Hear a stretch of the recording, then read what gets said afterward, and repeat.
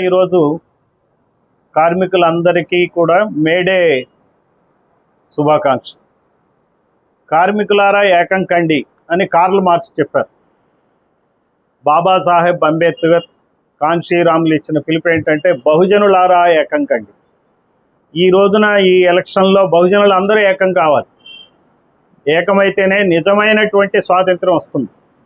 ఇన్నాళ్ళు గ్రామాల్లో బహుజనులకు ఎటువంటి స్వాతంత్ర్యం లేదు. ఆధిపత్య కులాల కింద నలిగిపోతూ ఉన్నారు. ఈ రోజున మన ఆంధ్రప్రదేశ్ రాష్ట్రంలో ఎలక్షన్లన్నీ ఆ ఇద్దరి మధ్య జరుగుతున్నాయి. ఆ ఇద్దరే బహుజనులందరినీ కన్ఫ్యూజ్ చేస్తున్నారు. వాళ్ళ మైండ్ని బ్లాక్ చేస్తున్నారు. ఆ గట్టునుంటావా ఈ గట్టునుంటావా అన్నట్టు జరుగుతున్నాయి ఈ ఎలక్షన్లు.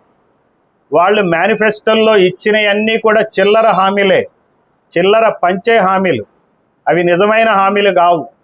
నిజమైన స్వాతంత్ర్యం ఇంకా బహుజనులకు రాలేదు.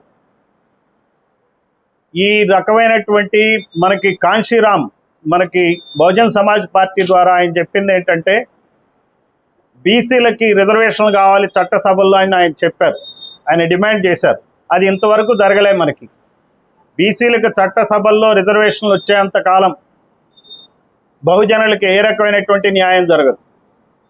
ఈ రోజున మన అసెంబ్లీలో 175 సీట్లలో 67 మంది రెడ్డి కులస్తులు, కమ్మ కులస్తులు ఉన్నారు.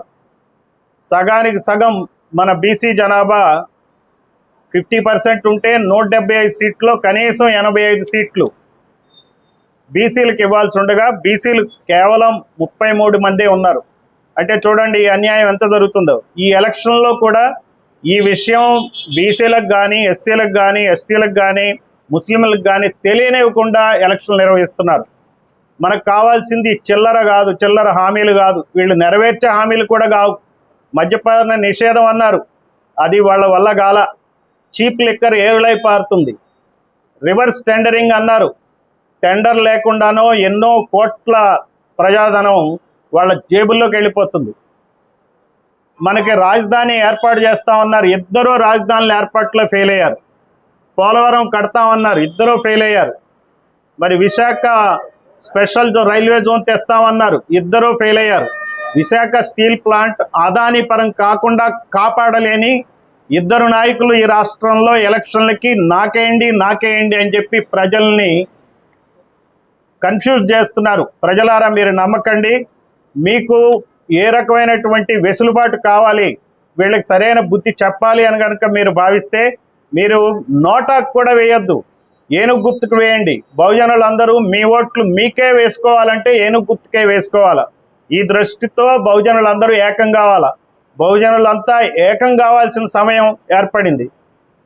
అందువలన ప్రపంచ కార్మికుల దినోత్సవం నాడు మనం గమనించాల్సింది ఏంటంటే మనం అందరం కార్మికులమే, బహుజనులే కార్మికులు. రెడ్లు కార్మికులు కాదు, లేకపోతే కమ్మాస్ కార్మికులు కాదు. వాళ్ళలో ఎవరు కూడా రోజు కూలీ చేసేవాళ్ళు ఉండరు. వాళ్ళు రైతులుగా ఉంటారు కానీ రైతు కూలీలుగా ఉండే ప్రసక్తి లేదు. రైతు కూలీలుగా గ్రామాల్లో కానీ ఎక్కడైనా కానీ ఫ్యాక్టరీల్లో కానీ పనిచేసేది ఈ బహుజనులే. ఫ్యాక్టరీ యజమానులుగా వాళ్ళు ఉంటారు. ఏ వ్యవస్థలోనైనా వాళ్ళు యజమానులే. మీడియాలో కూడా యజమానులు వాళ్లే. మీడియాలో పనిచేసినటువంటి స్ట్రింగర్స్ కానీ రిపోర్టర్స్ కానీ అందరూ బహుజనులే. అందువలన బహుజనులారా ఏకం కండి. ఈ మెసేజ్ మీ యాజమాన్యాలు కనుక చెప్పకపోతే, మీ టీవీల్లో రాకపోతే మీ సొంతంగా కూడా బహుజనులు ఆలోచించాలి. ఇది సొంత పనిది.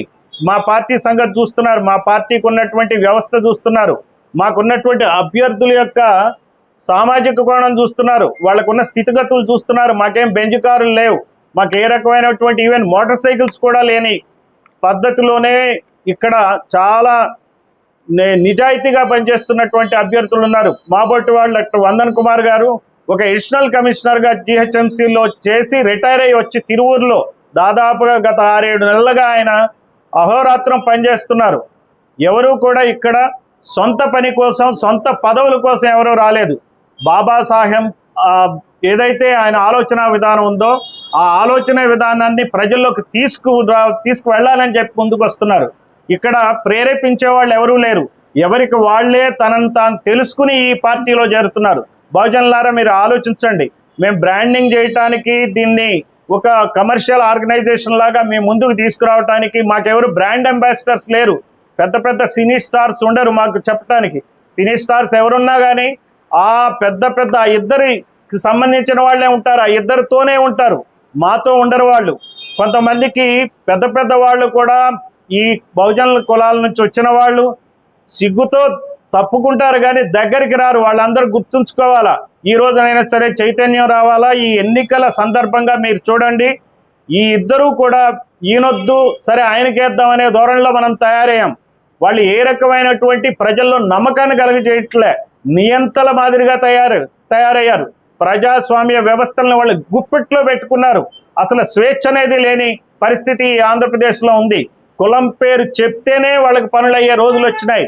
ఇది మా కులం అధికారంలో ఉంది, ఈ కులం అధికారంలోకి రాకుండా చేయాలని చెప్పి ఎలక్షన్లు జరుగుతున్నాయి. అంతేగాని ప్రజల మేలు కోసం కాదు. ఇది కులస్వామ్యం అయింది. ఈ కులస్వామ్యాన్ని అణచాలంటే, తిప్పి కొట్టాలంటే, ఆ ఇద్దరికి సరైనటువంటి బుద్ధి చెప్పాలంటే బహుజన్ సమాజ్ పార్టీ ఏనుగు గుర్తుకు ఓటేయండి. కానీ లేని వాళ్ళ పార్టీ బహుజన్ సమాజ్ పార్టీ, కానీ లేని వాళ్ళ రాముడు కాంశీరాముడు. సో కాంశీరామ్ ఐడియాలజీని మనం గుర్తుపెట్టుకుందాం. ఐడియాలజీని గుర్తుపెట్టుకుని ఈ పార్టీ మన పార్టీగా భావించి చేద్దాం. ఈ స్కీములు ఏవైతే వాళ్ళు చేస్తున్నారో, ఇటువంటి ప్రభుత్వం ఎప్పుడైతే అసెంబ్లీలో బహుజనులు నిండి ఉన్న ప్రభుత్వం ఖచ్చితంగా బహుజనుల యొక్క ఆశయాలకు అనుగుణంగా పనిచేస్తుంది. ఎరవేయదు, కావాల్సింది తీసుకుంటారు.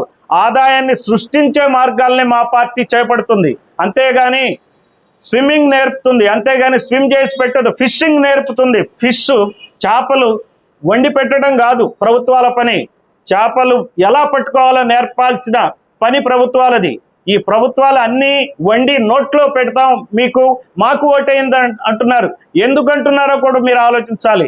4,000 కోట్ల రూపాయలు ఈ ఇద్దరు నాయకులు, అటు 4 ఇటు 4,000 కోట్ల రూపాయలు ఈ రోజున పంచుతున్నారు రాష్ట్రంలో. విపరీతమైనటువంటి డబ్బు ప్రవాహం